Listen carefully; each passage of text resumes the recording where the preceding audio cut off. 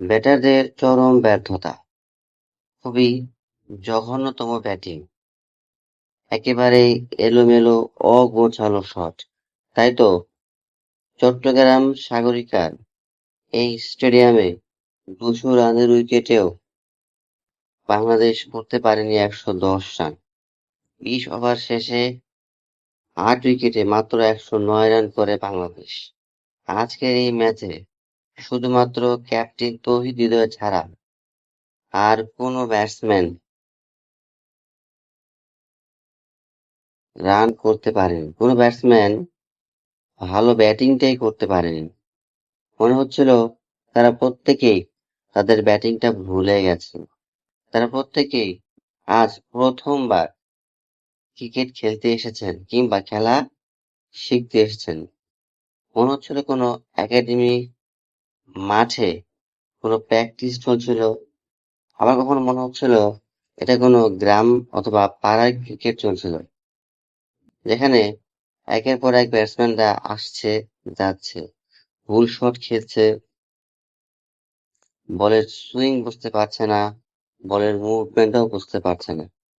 হঠাৎ কি এমন হয়ে গেল যে বাংলাদেশ বা বাংলাদেশের ব্যাটসম্যানরা এতটা বাজে ব্যাটিং করলেন, যে উইকেটে বাংলাদেশ মাত্র ১০৯ রান করলো ২০ ওভারে, সেই একই উইকেটে টিম অস্ট্রেলিয়া মাত্র ১১ ওভারে ২ উইকেট হারিয়ে ১১০ রান করে ম্যাচ জিতে নিল। এতে আরো কনফার্ম হলো, আরো বোঝা গেল যে এই উইকেটটা প্রপার ব্যাটিং উইকেট ছিল, ২০০ রানের উইকেট ছিল, যেটা করতে বাংলাদেশ ব্যর্থ হয়। বাংলাদেশের ব্যাটসম্যানদের দেখে মনে হচ্ছিল যে তারা আজ এই ম্যাচটা খেলতেই চাইছিল না, তাদেরকে জোর করে খেলানো হচ্ছে। কিন্তু কেন? এমনটা কেন হলো? বাংলাদেশের ব্যাটসম্যানেরা এমনটা কেন করলেন? পরপর ২টা ম্যাচ একই মাঠে খেললেন, সেম উইকেটে খেললেন। এরপরেও শেষ ম্যাচটিতে এসেও বাংলাদেশ আরো বাজে ব্যাটিং করলো। এতে প্রমাণিত হলো বাংলাদেশ বা বাংলাদেশ জাতীয় দলের এখনো আরো অনেক উন্নতি করার বাকি রয়েছে। এখনো বাংলাদেশকে আরো অনেক কিছু শেখার বা বোঝার বাকি রয়েছে।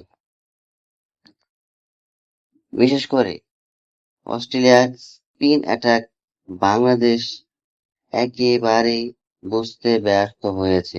স্পিনারদের সামনে বাংলাদেশের ব্যাটসম্যানরা একেবারেই একেবারেই বাজে ব্যাটিং করেছে। এতে আরো প্রমাণিত হয় যে বাংলাদেশের ব্যাটসম্যানেরা, আর যাই হোক, তারা স্পিন বল একেবারে খেলতে পারে না। আর অস্ট্রেলিয়া এখানেই বাজিমাত করেছে, স্পিন দিয়েই বাংলাদেশকে ঘায়েল করেছে। বাংলাদেশের সবচাইতে দুর্বল পয়েন্ট হচ্ছে স্পিন বোলার, স্পিন অ্যাটাক, আর সেইখানে বাংলাদেশ হেরে গেছে।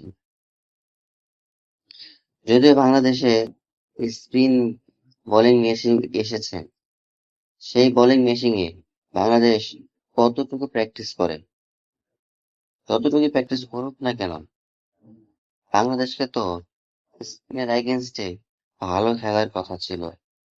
কারণ এটা বদলে যাওয়া বাংলাদেশ, এই বদলে যাওয়া বাংলাদেশ স্পিন, পেস, স্লোয়ার কিংবা ফাস্ট, সব জায়গাতে তাদের ভালো খেলার কথা ছিল, কিন্তু তারা সেটা করতে পারেনি। আর সেটা না করতে পারার কারণে শেষ পর্যন্ত বাংলাদেশকে হোয়াইট ওয়াশ হতে হলো।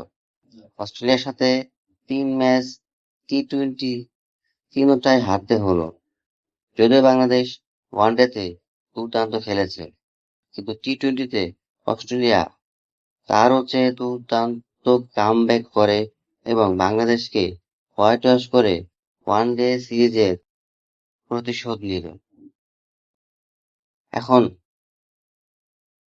বাংলাদেশ এই যে ব্যর্থ হলো, বাংলাদেশ এই যে বাজে ব্যাটিং করলো, বাজে ব্যাটিং অ্যাপ্রোচ দেখালো, এর জন্য দায়ী কে বা কারা? কারা এই দায়টা নেবেন? কারা এই পরাজয়ের বা এই বাজে খেলার দায়টা নেবেন? টিম ম্যানেজমেন্ট, কোচ কিংবা সিলেক্টররা? আপনাদের কি মনে হয় বাংলাদেশে এত বাজে খেলার পেছনে কারণটা কি?